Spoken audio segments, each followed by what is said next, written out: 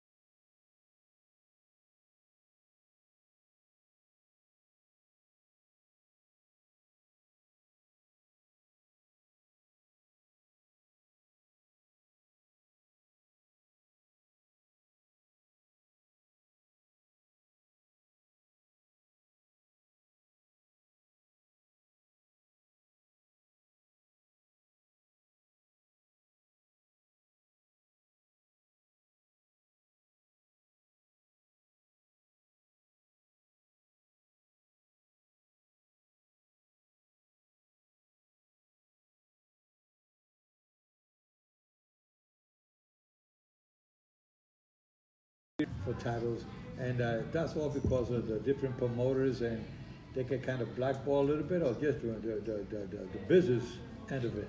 Well, both. I think it's both. It's the business aspect of it, but I think Terrence Crawford is, in the top 3 of the welterweight division. I think he is a very good guy that can probably beat, a lot of the welterweights that's getting more star power than him, and that's the politics of the boxing. Because he's with Top Rank, right, and all the other.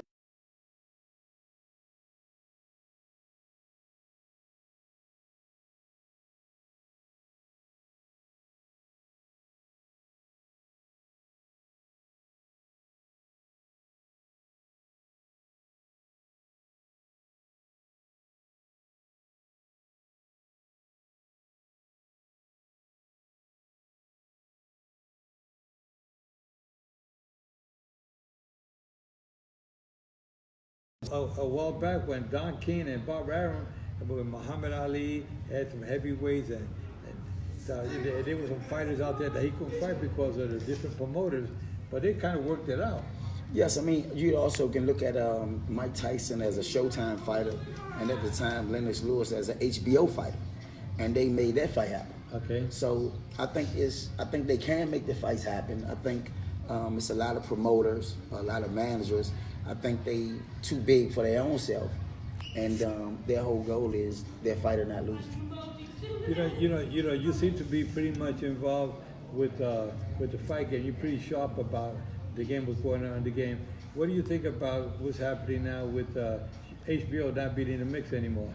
Well, that was one of the things that in boxing, once in boxing, your whole thing was I gotta fight. I have to fight on HBO. Now HBO.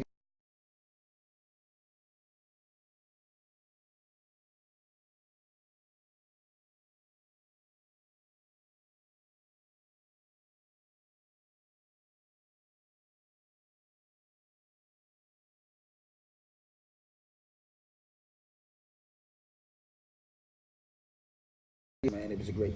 No, you're pretty sharp, and you know what you're talking about when it comes to boxing. That's why we get talent like you on the show here, so people can see the talent that we bring on here. Somebody like yourself, there's all the world champions or former fighters have been on the show, and they have come out there and done a good presentation with the show here. And I'm trying to open doors for you guys to have all this talent. And I hope that you viewers, any broadcasting companies out there watching, these are the kind of fighters that know the game. Yeah, these guys are not reading from a manual. These guys have been in the ring. They lace up the glove. They know what it feels like to get buzzed. They know what it feels like when you take a body shot. They know when you have your head shot, you get buzzed, and you know what it feels like. Other commentators out there can't talk about that. You can, and you still apparently you didn't get hit that much, but you're still pretty sharp, and I like that. Well, it was the sweet. I like the sweet science of boxing, which was hit and don't get hit. Right. And nowadays they want you to hit and get hit. Right. So that's as a coach, if like Tim Bradley said, if your coach tell you to take 3 punches to get in 2 punches, then you with the wrong coach. Right. So most importantly, we want these young kids and young people out here all across the world to go out and get these kids that's in these gangs, these crews, or whatever they in. And most of those kids are the best athletes. Let's go get those kids. Let's bring them to the gym. Let's bring them to basketball. Let's bring them somewhere and get them off the street. It's horrible with all the killings and the shootings that we're getting all around the world from young people.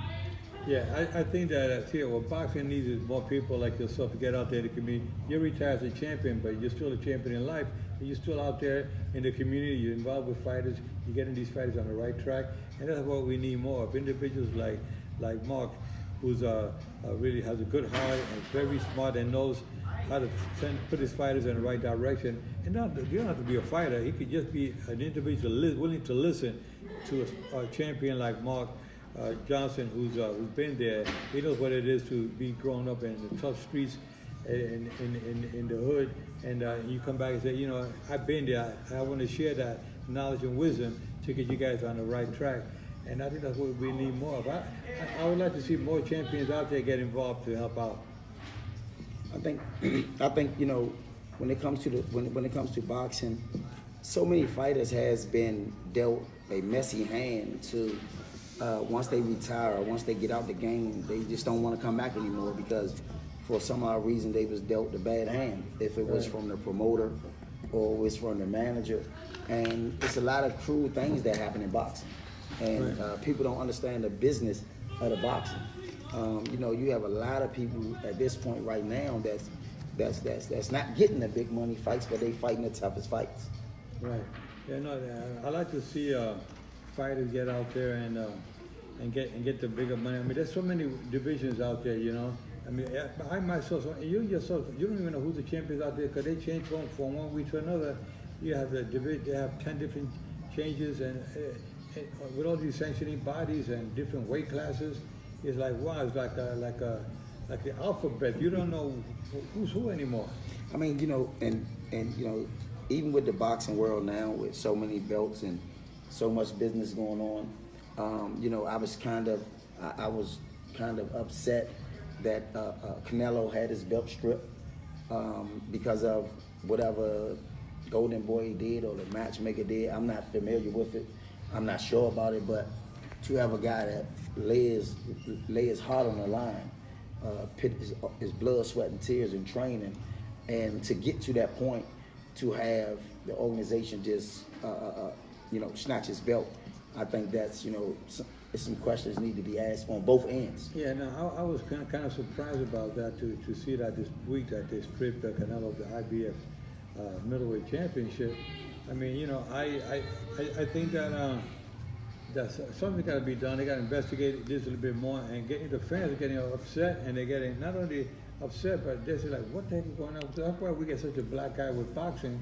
People look at boxing like an unorganized sport because so many things are going on with different sanctioning bodies. I mean, when they strip you of a belt, come on. I mean, what did he do wrong? You know, I didn't know. I was so surprised to hear that. I know Golden Boy got very surprised about that.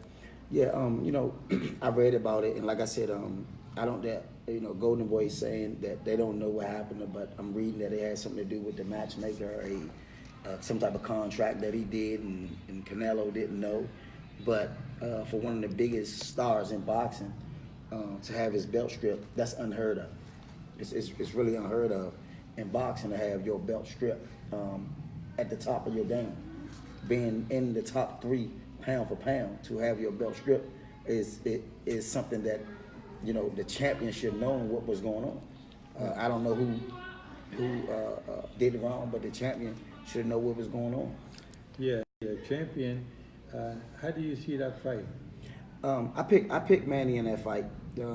I knew Manny was going to put a lot of pressure on Keith. I knew how Keith fight. Keith liked the box, but I knew if what I tell my fighters in the gym, just like in the fight, the first minute or the first 30 seconds of the fight, you want to let the other fighter know that he shouldn't be in here. And when Manny got that knockdown, right, it let Keith Thurman know that, guess what, you're going to be in a tough fight and maybe you shouldn't be in here. And Manny is a guy that, you know, he can box, but, you know, he was the stalker that night. And he was the stalker that night. And, you know, he made me want to go back. I started shadow boxing and hitting the bag, but until I got to the 6th round and figured out I had a cramp, I said, okay. I tell you, sometimes I say that to myself, I see some of these fighters make all this kind of money, Yeah. 10, 15 million, $20 million for a fight. And now I feel like I want to come back myself. Man, I used to be a bantamweight myself when I was fighting, and now I'm 180 pounder, 175. And I feel like, man, let me knock off 10 pounds, I go back. But man, oh man, I mean, we love the sport, you know, we love it with a passion, and of course we see the kind of money. You see sometimes the competition is out there, you say, you know, I get back in shape and probably knock a couple of these guys out. I mean, and not only just us, but you have a lot of guys that has been alienated, and like I say, boxing is out with the old and in with the new. Right. So we still do have some great older fighters that have been world champions that's still trying to compete, but for whatever reason, you know, they got too much experience, they too crafty, and the promoters is too scared to put one of their younger fighters in there because they feel like this young guy, hey, you know, this older guy might have the experience, he might have, you know, the agility. And that's what Manny did. And I was the same way when I won the last world title in 2003. They looked at me and said, well, okay, well, he's old now. He's going to fight a young kid and this HBO. And lo and behold, you know what I mean, I did what Manny did. Yeah, no question about it. We really looked up to him and said, you know, wow, the whole world really said, you know, you got to give these guys kudos for accomplishing that victory Saturday, 2 Saturdays ago, because nobody, most people felt, I would say 80% of fans felt that he's 40 years old, that he's seen his better days. But he told me just the day before he fought Adrian Broner at the weigh-in, I interviewed him with ESPN, and he told me, Joe, I said, how many more fights you? He said, no, I got about 2 or 3 more years left. When he told me that, I kind of looked at him like, what? 2 or 3 more years? You got to be kidding. And he really meant that. And you know what? He proved it once again. Now, I would never underestimate him. I thought he was going to get beat by Adrian Broner. And look what happened. He surprised me, surprised the whole world. And look what happened Saturday night. You know, 2 Saturdays ago, here he again conquered, he retained his welterweight championship and won the WBA championship as well. So now what happens? What happens with Manny Pacquiao? Where does he go from here? Well, you know, when they think it's over with for you, you know, you put your best foot forward and you train like you never trained before. Right. And you know, the only thing that's left for Manny right now is a rematch with Floyd. That's the fight that a lot of people want to see, even at the age of 40. I still think that Floyd said no, but I still think the fight is going to be made. And if it was anything, if this fight is going to be anything like the fights we had on last night with Pascal and Brown and Areola last night, if the Pacquiao and Floyd fight going to be as good as them, then guess what? I'm a candidate for it. Yeah. Well, I'll tell you, it's a fight. Yeah, people want to see. A lot of fans felt that he didn't. Manny Pacquiao claimed he had a hurt shoulder, so he didn't come in 100%. But now I don't know if that was an excuse. He did have surgery on the shoulder, but now he comes back, and as good as he's looking, I mean, I think Manny can give Floyd difficult times this time around. I think one thing I think Manny can give anybody a tough time. I don't care who it is, he's gonna give you a tough time. But when I look at Manny or what he done, I still think he beat Keith Thurman. I still think Manny got a little tired. But the Mayweather that I know is not gonna lose. The Mayweather that I know is gonna work hard. You know, that guy can't live with a loss. Yeah, okay, so but let me I think I like Mayweather in the rematch. Okay, but he's been on the shelf now going about 3 years. He's fought a couple of MMA guys, and I don't know if that really counts as boxing, but he's rusty. You know, should he come back with a tune-up fight before let's say the Mayweather fight going to get made? Should he come back for a tune-up fight with somebody out there? That's the one thing I want to tell you, boxing guys out here. No tune-ups. You see what happened to Anthony Joshua, right? That was supposed to be a tune-up with Andy Ruiz. Yeah. So get to the money, get to the fight. We don't anybody need no tune-ups. Let's make the money. Let's do it now because you know Vegas tend to make billions of dollars on that night. Without Floyd and Manny, you know, I was surprised to see it sold out, and Manny Pacquiao sold it out himself. So can you imagine if it was a Floyd fight? Yeah, it'll be a big thing. I mean, Manny Pacquiao, he can shadow box. He can sell out the place by shadow boxing. Yeah. By himself in a ring. I mean, when you have the weigh-ins, you go to the weigh-ins and you see the weigh-ins. The whole arena is like, the whole place is packed. It's only the weigh-ins. And that's something that changed in boxing. You got weigh-ins now, and they holding weigh-ins like it's the fight. And there's more people at the weigh-in. I'm looking around like there's more people at the weigh-ins than and then coming to some fights. Yeah. You know what I mean? So that was kind of you know. I like that, and also with Floyd fought Madonna too, it was packed like that as well. You're right. But you know, I think you know it's a lot of good fighters out there. Mm-hmm. Now, what do you tell me about the heavyweight division with Anthony Joshua losing to Andy Ruiz and Deontay Wilder fighting that draw with Tyson Fury? Now there's the heavyweight division starting to stir up a little noise, yeah. Yeah, the heavyweight division is definitely stirring up some noise. It was a great fight last night on heavyweights. You know, I dug Tyson Fury, to be totally honest. I didn't think he was that good until I really watched him when he fought Deontay Wilder. And Tyson Fury can box. Yeah, he can. He can box, and he gave, you know, Deontay Wilder a good boxing lesson. Yeah, you know what I liked about Tyson Fury? He's with the height that he has, you know, he was able to utilize that left jab. And what I like about it, he kept moving. He was not a stationary target. He was constantly moving, throwing good straight. I like the straight punches that he threw. He wasn't throwing no haymakers. If you throw a haymaker, you see them coming, you get out the way. But when you see it, when they come straight at you, they're hard to sometimes to defend yourself on the straight punches. What the heavyweights need to do is look at Larry Holmes, who had the best jab in the business. Right. Larry Holmes can beat you with the jab, turn it to a hook, turn it to an uppercut. And, you know, you just don't see that anymore. You just don't see that old style of boxing anymore. And that's why, the reason why guys like Floyd give people problems, because it's an old style boxing. Right. However, you know, as you know, whatever he do, he's gonna make sure that he has it the right way for him. And that's one thing about him. That's one thing about different fighters. You have to know when you're the gatekeeper. And you know, right now you're looking at a lot of young fighters that's the gatekeeper, and they haven't fought anybody. Anthony Joshua, does he have an opportunity to come back again? Well, you know, anybody has a reason to come back. I think, you know, it's going to be a good fight, but I still pick Ruiz in the rematch. You know, once you get that stardom, you know, you coming from, you know, like you say, riding around to, you know, people now picking up your bags and opening the door for you, you know, you like that. So I think Andy Ruiz is going to be on top of his game, and I think he's going to beat Joshua again.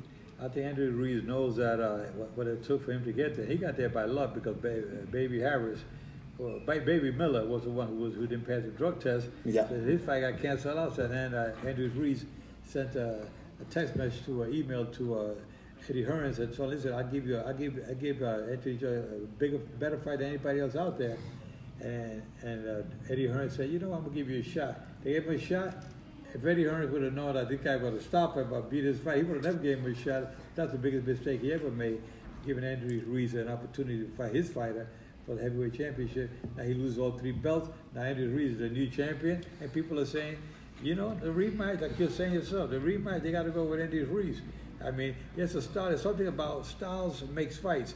And Andy Ruiz has a style that makes it difficult for any heavyweight out there.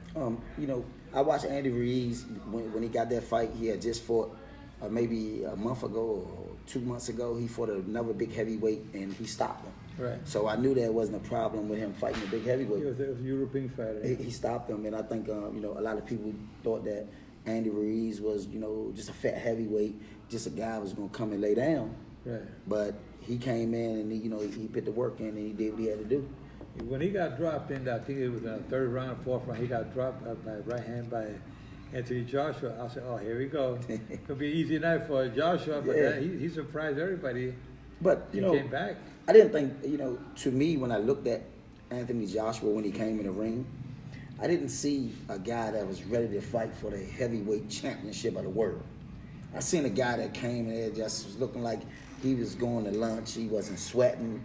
He didn't seem like he had, you know, he wasn't ready to go. He just looked like he was a deer in headlights. Mm-hmm. So I don't know if he took Andy Ruiz light. Yeah. But I didn't see the Anthony Joshua that I normally see.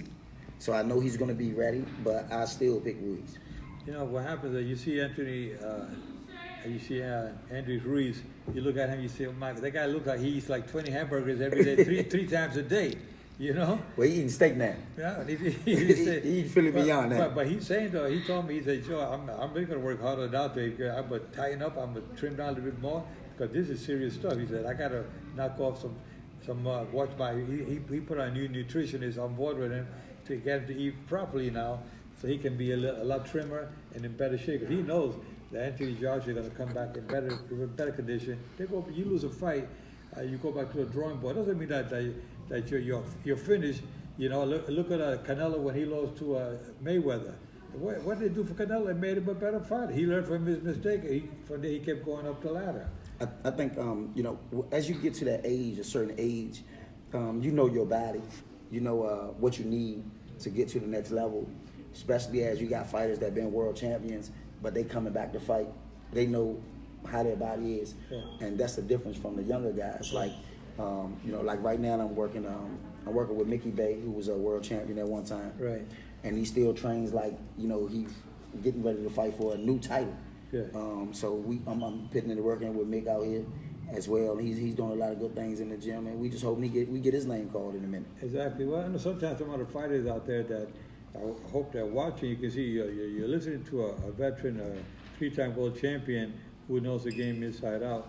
To give you some good advice. But I can tell you myself, being involved with boxing and with some of the greatest champions for over 35 years, refereeing some of the great fights, I can tell you, I see some of these fighters that come down with a loss. Again, that doesn't mean that the career is over. It's just, you know, a little bump along the way, but you go to the drawing board, you look back, okay, this is what we did wrong.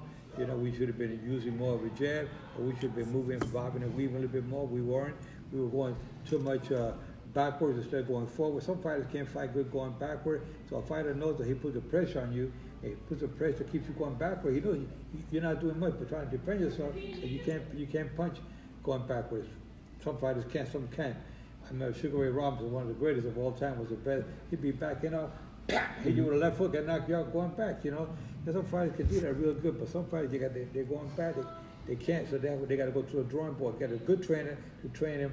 You know, sometimes I say you got to train the trainers. Because there's some trainers out there that say they're training, and you know what? Not to take anything away from them. They're trying the best they can, but some of them need some training. They got to go with some of the better guys out there and learn that sport inside out. You got to know when to hold your fighter back.